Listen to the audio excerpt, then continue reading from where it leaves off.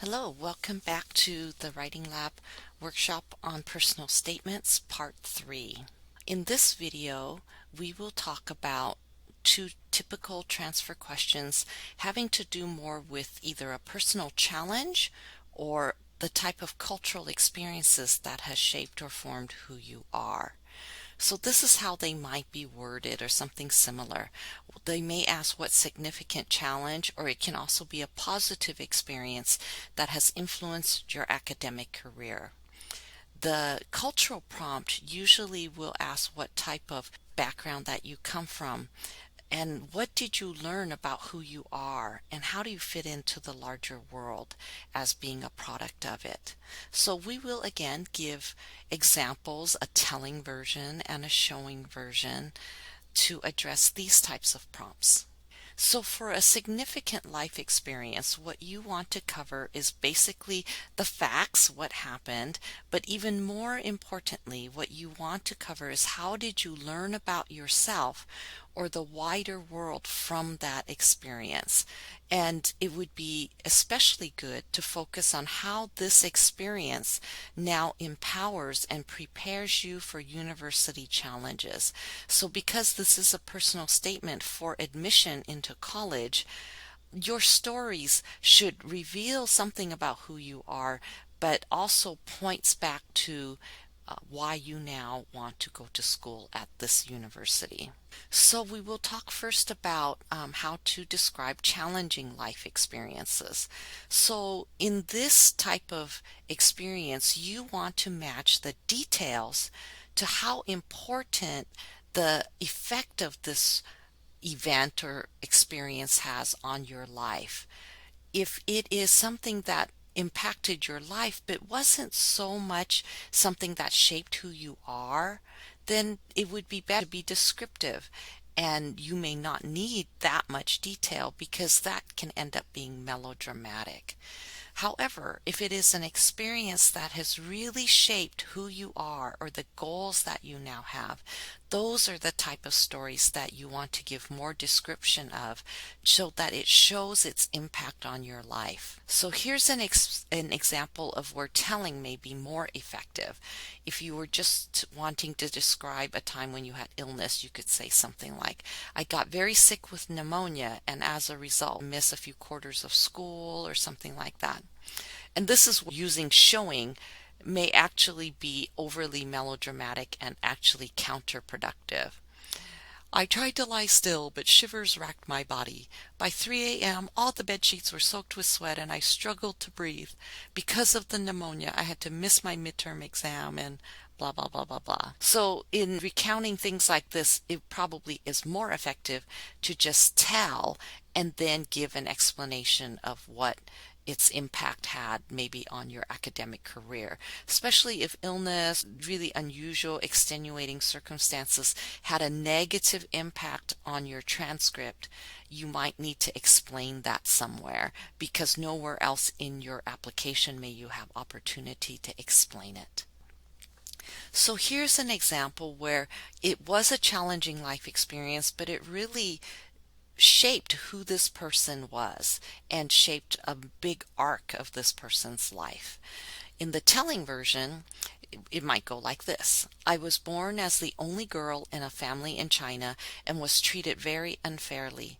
I worked hard to do well academically and eventually went to college even though my dad didn't want to pay for it. Today, I hope to continue my education to obtain an accounting degree even though my in-laws don't support my decision. So this has all the facts, but there's not very much compelling language. There's not language that draws the readers in emotionally. Here's a showing version. The Chinese proverb, a stupid son is better than a clever daughter, reflects the higher value given to males in China. Due to the one-child policy, my mother was expected to give birth to a son to carry on the family's name. My parents prayed every day for me to be a son. However, in August 1982, I was born the only daughter to a family with only one male heir. Because I was a girl, my father was shamed, my mother was not respected, and I was neglected. Growing up, my grandmother's favor was clearly reserved for my male cousins, but my mother protected and cherished me and always said I was the treasure of her life. Her belief in my value motivated me to excel in male-dominated schools, and she sacrificed to send me to junior college when my father didn't feel it was worthwhile to educate a daughter. After changing careers, I am finally pursuing my dream of a bachelor's degree in accounting, despite in-laws who tell me that as a woman and mother, I have no need of further education. In this second showing example, there is a lot of detail that paints a picture of the type of gender discrimination this woman faced. And even today, her own in-laws are not supportive of her pursuit of a higher education degree, which will in turn give her the ability to better support her family. This story is from an actual former student of mine. So, how might you describe a positive life experience that may have been an experience that inspired you for your ongoing career goals? Here is a telling version. I was very inspired when I heard a speaker share about how she was saved from human trafficking. I was shocked that this still happens in the world today. Now, I also want to become a lawyer to fight against this type of injustice. In this telling example, there's not very much detail about how the speaker so heavily influenced this person's life. The fact that she's shocked that human trafficking still happens in the world today doesn't say much about how aware she is of what's going on in the world. And then the connection to how that one event now motivates her to be a lawyer is not very clear. There's not enough detail. So here is a showing version. I attended a conference where I heard a young woman named Anya courageously share her story as a survivor of childhood sex trafficking in the Philippines. I was inspired by the little-known work of International Justice Mission, who rescued her from the brothel, offered her aftercare to heal from the trauma, and supported her to testify against her perpetrators, which ultimately resulted in the conviction and incarceration of the brothel owners. The lawyers from IJM that helped Anya find justice in a court of law are also helping to bring about systemic changes in their judiciary, which inspires me to pursue a career in. So in this second example, there's a lot more detail about the woman and her story and how that inspired the student to now pursue a career with law or some type of a justice focus. So much more effective. There's a lot of emotional impact in the second version, the showing version. So take a few minutes now to turn off the video and jot down ideas of what you might want to talk about in your personal statement. When you're done, you can come back and restart. Welcome back. Now we will talk about how to address the prompts that ask about your cultural experiences. According to the University of Washington, they define culture as being our families and communities often define us and our individual worlds. Community might refer to your cultural group, extended family, religious group, neighborhood or school, sports team or club, co-workers, etc. Because it can be so broadly defined, the types of things that affect the culture that you may have, it doesn't mean that if you are a vanilla American and you have no exotic background to draw upon, that you have nothing to say for this prompt. You are the product of the family group, neighborhood, sports team. It could be a much smaller group of individuals that help shape your present day identity, and that is also valid for where you will draw your experience. So here you really want to describe the world that you do come from and how you as a product of it might add to the diversity of the school.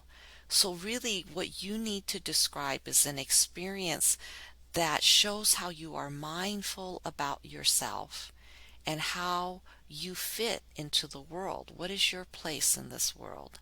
You can blend these insights actually to any part of your essay. It would be beneficial. Here's a telling example of how someone might address their growing awareness of the world around them and how they fit into it. I once volunteered at a homeless shelter and thought the people there would be really different from me, but later found out I shouldn't judge too fast and that homeless people can be just like me.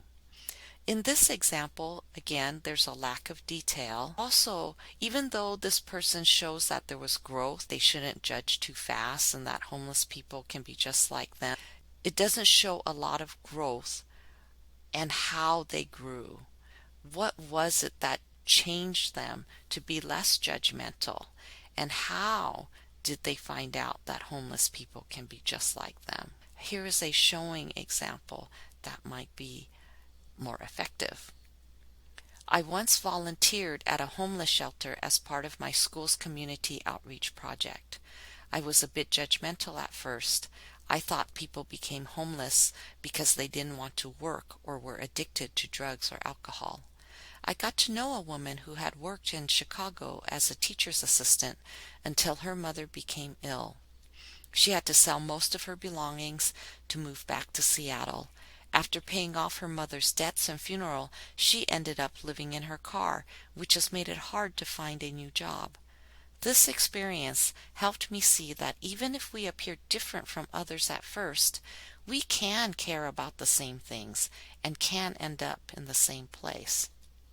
We've both taken care of our parents as they aged, and I've realized that the health and housing industries need to be changed to keep people from becoming homeless. By majoring in blah blah blah, I could. And so here, this is how you can tie in an experience that now motivates or moves you towards your long-term career and educational goals. So let's take some time now to think about the ideas that you might have for addressing this prompt. You would want to ask yourself, how has your ethnic background, gender identity, customs, values, and ideas of family, community, or social environment, how has these things shaped your identity? How have these things challenged or enriched you, or taught you about yourself or the society at large? You want to think about experiences from your life that will illustrate this type of self-awareness or learning. When you are done, you can move on to part 4 of our videos. Thank you.